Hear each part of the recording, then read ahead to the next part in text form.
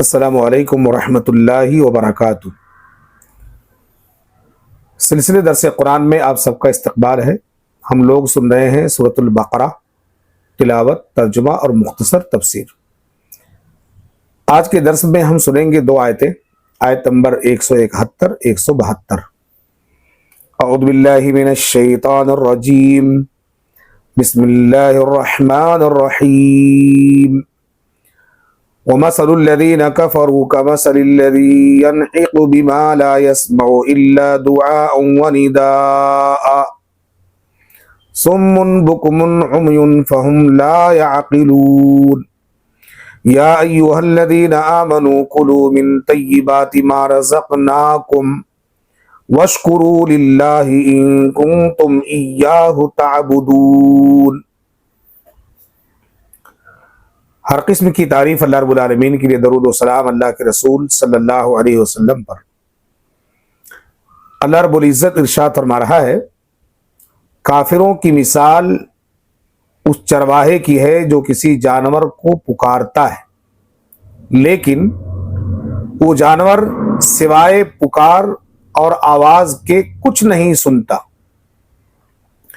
یہ اہل کفر، بہرے، گونگے اور اندھے ہیں، یہ لوگ کچھ نہیں سمجھتے۔ اے ایمان والو، ہماری عطا کردہ پاکیزہ چیزیں کھاؤ اور اللہ کا شکر ادا کرو، اگر تم واقعی صرف اسی کی عبادت کرتے ہو۔ یہ دو آیتیں ہیں آج کے درس میں۔ پہلی آیت میں اللہ تبارک و تعالی نے کافروں کو جانوروں سے تشبیہ دی ہے کہ جس طرح چرواہا جب اپنے جانوروں کو بلاتا ہے، آواز لگاتا ہے، تو وہ جانور صرف اس کی آواز کو سنتے ہیں، اس کا معنی، اس کا مطلب کچھ سمجھتے نہیں۔ بعین ہی یہی حال ان کافروں کا ہے کہ اللہ تعالیٰ انہیں راہ ہدایت پر چلنے کے لیے پکارتا ہے، مگر یہ لوگ اللہ رب العالمین کے اس پکار پر ذرہ بھی خیال نہیں ڈالتے یا دھیان نہیں دیتے۔ قرآن کو اللہ رب العالمین نے اتارا کائنات کی ہدایت کے لیے، لیکن آج لوگ کتنے ہیں ایسے جو قرآن پڑھتے تو ہیں، قرآن کی تلاوت ہوتی ہے، مگر اس کے مطابق وہ عمل نہیں کرتے۔ کتنے کفار ہیں، وہ بھی قرآن کا مطالعہ کرتے ہیں، وہ کہتے ہیں کہ یہ مسلمانوں کی بڑی پوتر کتاب ہے، اس کو پڑھنے سے ہم کو فائدہ ہوگا، لیکن وہ اس کا معنی اور مطلب نہیں سمجھ کر کے بس خالی اس کو پڑھنے کے حد تک رکھ دیتے ہیں۔ اور جبکہ اللہ کے رسول صلی اللہ علیہ وسلم نے اس کتاب کو لوگوں کے درمیان کھول کھول کر بیان کیا ہے، تاکہ لوگ اس کتاب کے ذریعہ سے اپنے ہدایت اور رہبری حاصل کریں، لیکن بہتوں نے اس کتاب کے ذریعہ سے اپنے لیے گمراہی خرید لی، اور جن کو اللہ رب العالمین نے ہدایت کی توفیق عطا فرمائی، انہوں نے اس کی ہدایت کو قبول بھی کیا، اور حق ان کے سمجھ میں آیا۔ لیکن جنہوں نے حق کو نہیں سمجھا، سن کر کے بھی انسنی میں تبدیل کر دی، تو اللہ رب العالمین نے انہیں کہا کہ یہ گونگے، بہرے، اندھے لوگ ہیں، جن کے دل و دماغ میں اللہ رب العالمین کی کتاب، اس کے کلمات نہیں پہنچ رہے ہیں۔ یعنی ان کے کانوں میں تو آواز جا رہی ہے، لیکن ان کے دل تک وہ آواز نہیں پہنچ رہی ہے۔ کیوں؟ انہوں نے دلوں کو اپنے اس کتاب کے لیے بند کر لیا ہے، آنکھوں کو بند کر لیا ہے، کان کو بند کر لیا ہے، اس لیے آواز ٹکرا کر کے یہاں سے واپس چلی جاتی ہے، ہدایت کی بات ان کے ذہن و دماغ میں گھستی نہیں ہے۔ اور اس کے بعد میں آج کے درس کی جو دوسری آیت ہے، اس آیت کریمہ میں اللہ رب العالمین نے مومنوں کو مخاطب فرمایا، کہا یا ایھا الذین آمنوا کلوا من طیبات ما رزقناکم، اے ایمان والو کھاؤ جو اللہ رب العالمین نے تمہارے لیے پاکیزہ طیب روزی دی ہے، رزق عطا کیا ہے، واشکروا للہ، اور اللہ کا شکر گزار بنو، ان کنتم ایاہ تعبدون، اگر تم واقعی صرف اسی ایک اللہ کی عبادت کرتے ہو۔ اس آیت کریمہ میں اللہ رب العالمین نے اپنے بندوں کے لیے رزق حلال کا ذکر فرمایا ہے، اور یہاں اللہ رب العالمین نے بطور خاص مومنوں کا ذکر کیا، یا الذین آمنوا کہا، ایمان والو تم اللہ رب العالمین کی طرف سے حلال اور طیب چیز کھاؤ، کیونکہ اپنے ایمان کی بدولت یہی لوگ اللہ کے اوامر اور نواہی سے صحیح معنوں میں استفادہ کر سکتے ہیں۔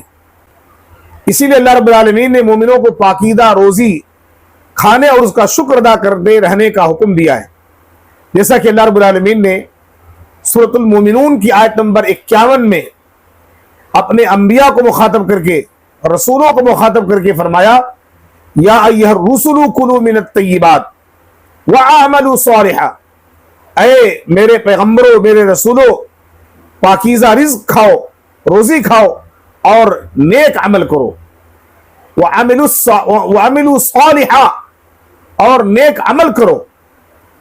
اس آیت کے ذریعہ سے اللہ رب العالمین نے نبیوں کو خاص کیا ہے، لیکن اس کے اوپر والی آیت میں اللہ رب العالمین نے مومنوں کو مخاطب کیا، یعنی اللہ تعالیٰ اپنے رسولوں اور اپنے مومن بندوں کو دونوں کو کہہ رہا ہے کہ تم حلال اور طیب پاک چیزوں کو ہی استعمال کرو، ناپاک اور بیکار باسی یا سڑی گلی چیزوں کو تم ہرگز نہ کھاؤ۔ شیخ الاسلام ابن تیمیہ رحمہ اللہ کہتے ہیں کہ طیبات سے مراد وہ کھانے ہیں جو عقل و اخلاق کے لیے نفع بخش ہو، اور اس کے مقابلے میں جو خبائث ہیں، جو برے کھانے ہیں، ان کھانوں کو کہتے ہیں جو عقل و اخلاق کے لیے نقصان کا باعث بنے۔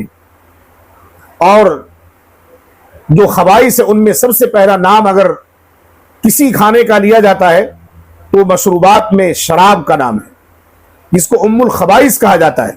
تمام دنیا کی برائیوں کی جڑ اسی شراب سے پیدا ہوتی ہے، کیونکہ اللہ رب العالمین جو بندہ عقل حلال کھاتا ہے، طیب اور پاکیزہ روزی کھاتا ہے، اس کے عقل اور اخلاق دونوں کو سنوار دیتا ہے، اس کے عقلوں پر کوئی فطور نہیں پڑتا، کوئی پردہ نہیں حائل ہوتا۔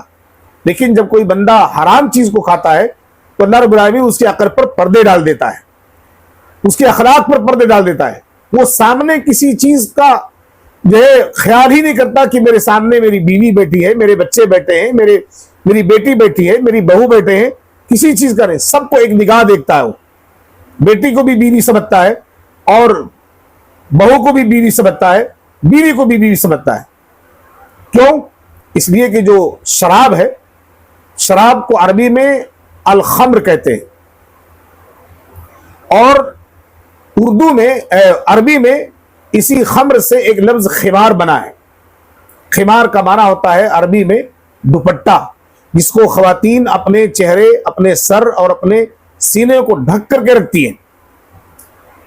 دوپٹے سے اپنے بدن کے حصے کو ڈھکا جاتا ہے، اور جب انسان شراب پیتا ہے، خمر پیتا ہے، تو اس شراب کے پینے کی وجہ سے اللہ رب العالمین اس کے عقل اور اس کے اخلاق سب کو ڈھانک دیتا ہے، سامنے اس کو کوئی تمیز کرنے والی چیز سمجھ نہیں آتی ہے۔ آپ کسی شرابی کو دیکھ لیں، جب شرابی شراب کے نشے میں ہوتا ہے تو سامنے کسی چیز کو گنتا نہیں ہے کہ وہ کون ہے اس کے سامنے۔ بیوی آ جائے اس کو بھی گھورتا ہے، کوئی دوسری لڑکی آ جائے اس کو بھی گھورتا ہے، اور اپنے تمام جو ہے برے عادات اور اخلاق کو وہاں پر پیش کرتا ہے۔ اس لیے حرام اور خبائث چیزوں میں جو سب سے اولیت درجہ رکھتی ہے وہ شراب ہے، اور شراب جس طرح سے انسان کے عقل و اخلاق کو ڈھانک لیتی ہے، اسی طرح سے جو ہے انسان جب اس کے دائرے میں آ جاتا ہے شراب کے نشے میں، تو وہ بہت ساری برائیوں میں مبتلا ہو جاتا ہے۔ اس لیے شراب جو بہت حرام چیز ہے، خبائث میں اس کا شمار ہوتا ہے، اسے اللہ رب العالمین نے اپنے بندوں سے پینے کے لیے منع فرمایا. کیوں؟ اس لیے کہ اس کے ذریعہ سے انسانی عقل اور اخلاق دونوں میں فساد پیدا ہوتا ہے. اسی طرح سے حلال روزی دعا اور عبادت کی قبولیت کا سبب بنتی ہے. کوئی آدمی حلال روزی کھا کر کے اللہ رب العالمین سے دعا کرتا ہے، مانگتا ہے، تو اللہ تعالیٰ اس کی دعا قبول فرماتا ہے.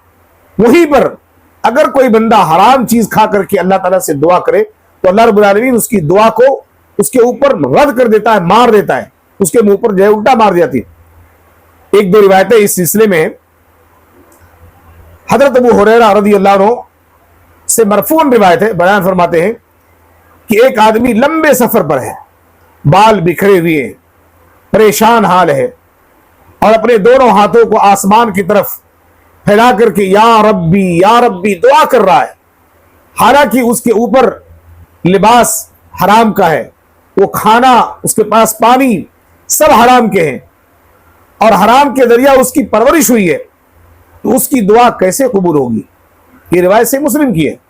اس روایت سے پتہ چلتا ہے کہ اگر آدمی کی پرورش حرام سے ہوئی ہے تو اللہ تعالیٰ اس کی دعا، چاہے وہ کسی بھی متبرک مقام پر ہی کیوں نہ کھڑے ہو کر کے دعا کرے، اللہ تعالیٰ اس کی دعا قبول نہیں فرمائیں گے.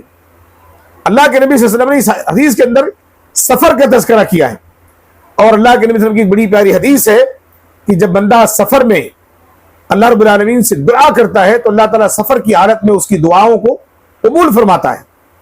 اور اسی طرح سے جب آدمی حالت سفر میں حرام کھا کر کے دعا کرے گا تو اللہ تبارک و تعالیٰ اس کے حرام کھانے کی وجہ سے، حرام پینے کی وجہ سے، حرام لباس پہننے کی وجہ سے، حرام کے ذریعہ جو اس کی پرورش ہوئی ہے، یہ ساری چیزیں اس کی دعاؤں کو رد کر دیتی. اس لیے اس حدیث کے ذریعے سے ہمیں ایک بات یہ بھی معلوم ہوئی کہ اگر ہم اکل حلال یعنی حلال روزی کھائیں گے تو اللہ رب العالمین حلال کھانے کے بعد ہماری دعاؤں کو قبول فرمائے گا. لیکن اگر ہم حرام کھا کر کے اللہ تعالیٰ سے کہیں کہ میری دعا قبول ہو جائے تو ہماری حرام کی کمائی، حرام کا کھایا ہوا لقمہ، اس کے بعد اللہ تعالیٰ سے کی جانے والی دعائیں ہمارے اوپر رد کر دی جائیں گی، مار دی جائیں گی. اللہ تعالیٰ اس سے قبول نہیں فرمائے گا.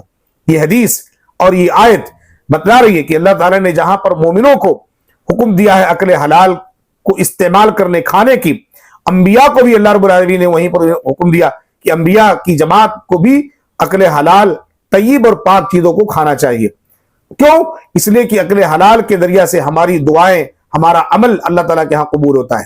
اگر ہم اکل حلال نہیں کھائیں گے تو ہماری دعائیں ہمارے منہ پر مار دی جائیں گی اور اس کا کوئی فائدہ ہمیں حاصل نہیں ہوگا. رب العالمین سے دعا ہے آج کے درس میں ہم نے جو 2 آیتیں سنی ہیں اس پر غور و فکر کے ساتھ اپنے رزق کو حلال طریقے سے استعمال کرنے کی توفیق عطا فرمائے. آمین. وصلی اللہ علی نبی کریم مبارک وسلم.